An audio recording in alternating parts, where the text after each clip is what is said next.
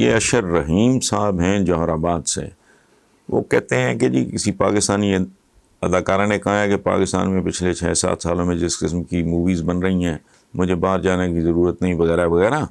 تو کیا پاکستانی اداکاروں کو بیرون ملک جا کے کام کرنا چاہیے یا پاکستان میں ہی اپنے جوہر دکھانے چاہیے؟ آج کی فلمائی گئی موویز آپ کو متاثر کرتی ہیں یا نہیں؟ تو اگر ہاں تو آپ کی پسندیدہ فلم کون سی ہے؟ اشر رحیم صاحب، گزارش یہ ہے کہ مدتیں ہو گئیں میں نے فلم بینی چھوڑ دی. میں ایک زمانے میں بہت بڑا ایڈمائرر تھا. میں ایک بڑا ریگولر قسم کا فلم بین، بلکہ میرے اللہ غنی کی رحمت کرے میرے والد ہر 2-3 مہینے کے بعد باقاعدہ باکس ریزرو کرانا اور یہ اور وہ اور پوری فیملی کو لے کے جانا. لیکن میرا خیال ہے کہ لیٹ 80s کے بعد میرا دل اچاٹ ہو گیا. پاکستانی سینما کا تو خیر حال ہی کوئی نہیں ہے، تو بالکل گھسا پٹا مردہ ڈسٹارٹڈ سا اس کا تو کوئی حال ہی نہیں. اور یہ میں پہلے بھی کہتا ہوں کہ ٹائٹینک ڈوبتا ہے تو پورا ہی ڈوبتا ہے، چونکہ ہم ہر طرف سے زوال کا شکار ہیں. اسی طرح ہمارا سینما بھی زوال کا شکار ہے. تو مجھے پاکستانی موویز سے انڈین موویز ویسے چربا، وہ تامل شامل کو اس طرح کی موویز کا چربا، پھر ہالی ووڈ کا چربا. اچھا، ہالی ووڈ سے میری دلچسپی اس لیے ختم ہوئی کہ اس میں اسپیشل افیکٹس اور ٹیکنالوجی زیادہ ہوتی ہے.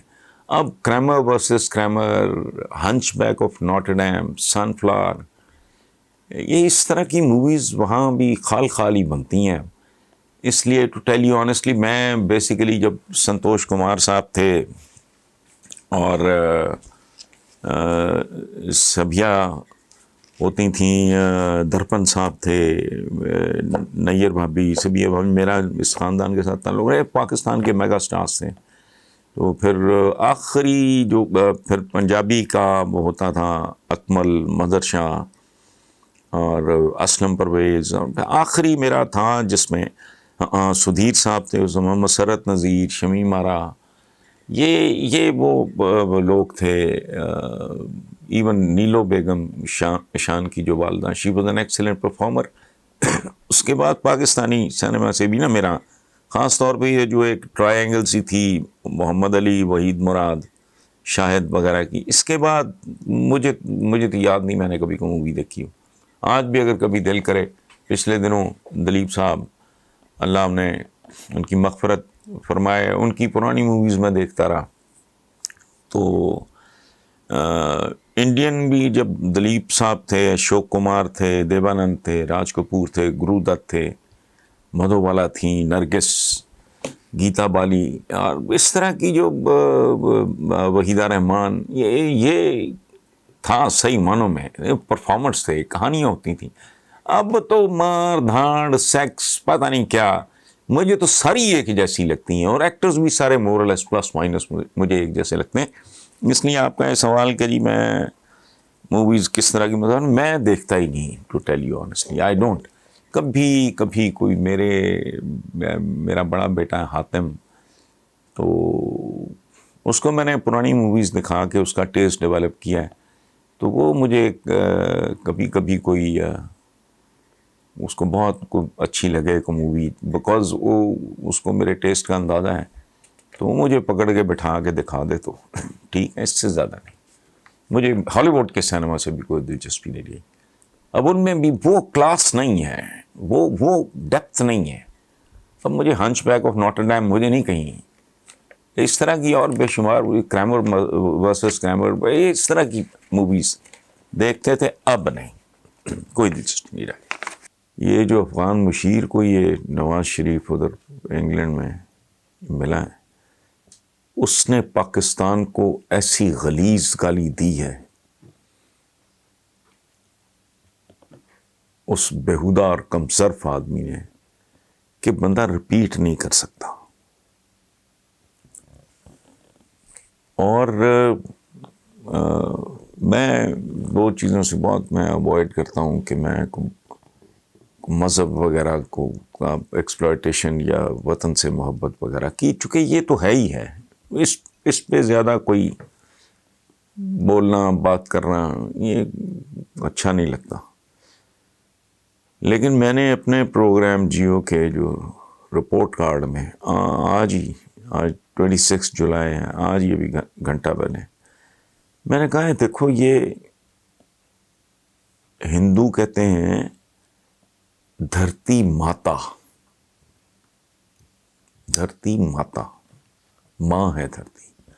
ہم کہتے ہیں مادر وطن، مطلب ایک ہی ہے.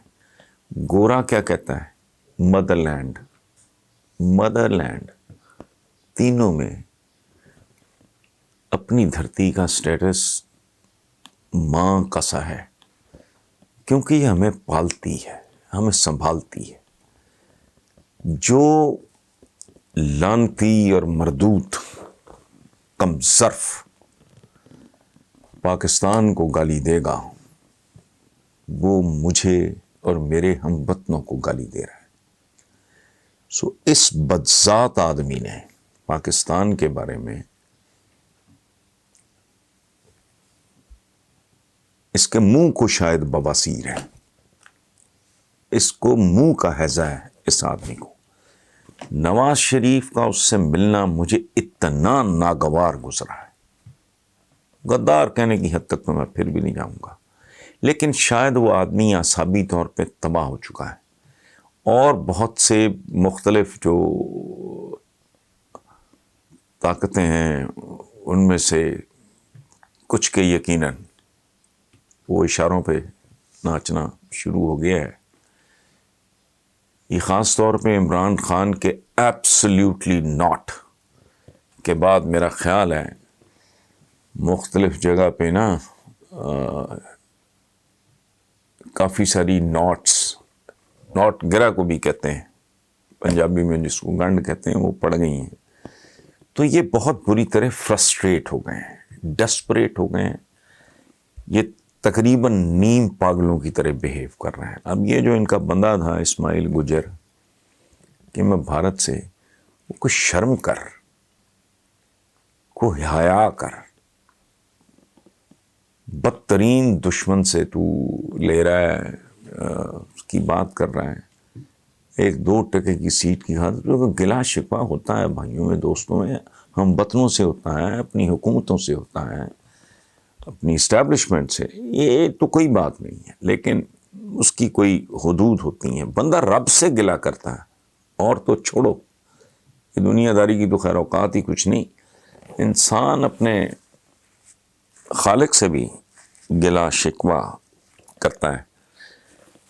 تو یہ اسماعیل گجر کو تو چھوڑیں آپ، جو نواز شریف نے حرکت کی ہے، وہ اتنے مکروہ اور قابل نفرت بدبودار آدمی سے اس کا ملنا، اور یہ آدمی نواز شریف کو ملنے کے بعد اسرائیلیوں کو بھی ملا ہے، اور انڈین کو ایجنسیز کے لوگ تھے ان کو بھی ملا. یہ رپورٹ ہوا ہے اخباروں میں. اچھا، ان سے ملنا بھی معیوب نہیں ہے. اسرائیل سے کیوں نہ ملیں، وہ انہوں نے ان کو تسلیم کیا ہوا ہے. لیکن اس طرح کی گفتگو کرنے کے بعد نواز شریف کو تھوڑا سا، کہ جس ملک نے کہاں کے لوگ تھے، اٹھا کے تمہیں کہاں پہنچا دیا. میں کبھی کبھی سوچتا ہوں کہ قائد اعظم محمد علی جناح کو اگر کسی طرح پتہ لگ جاتا کہ میرے بنائے ہوئے ملک کو 2021 تک اس کی جتنی ایج بنتی ہے 73-74 سال، اس میں سے آدھے سال یہ خاندان کھا جائیں گے. یہ میں نے کالم میں لکھا ہے. تو قائد اعظم کا رد عمل کیا ہوتا؟ شاید وہ کہتا نہیں. تو تم تھے کیا، اور بیسیکلی ہو بھی کیا؟ تو اس ملک میں 3 بار حکمرانی کا. تو ایک اور پرابلم بھی ہے کہ یہ شیرنی وغیرہ جو آپ نے پڑھا ہوگا، اگر شکاریات سے آپ کو دلچسپی ہے، کہ شیر ہو یا شیرنی ہو، ان کے منہ کو انسانوں کا خون لگ جائے نا، پھر ان کا علاج ایک ہی ہے. کینتھ اینڈرسن یا جم کابٹ ٹائپ کو جو پیشہ ور شکاری ہوتے ہیں، یہ ہوا ہے بنگلہ دیش میں پارٹیشن سے پہلے، جو آدم خور ہو جاتے تھے، تو ان کے منہ کو انسانوں کا خون لگا ہوا ہے. کیونکہ اقتدار کی چاٹ ہے، یہ انسان کے لہو کی چاٹ سے کم نہیں ہے کسی درندے کے لیے.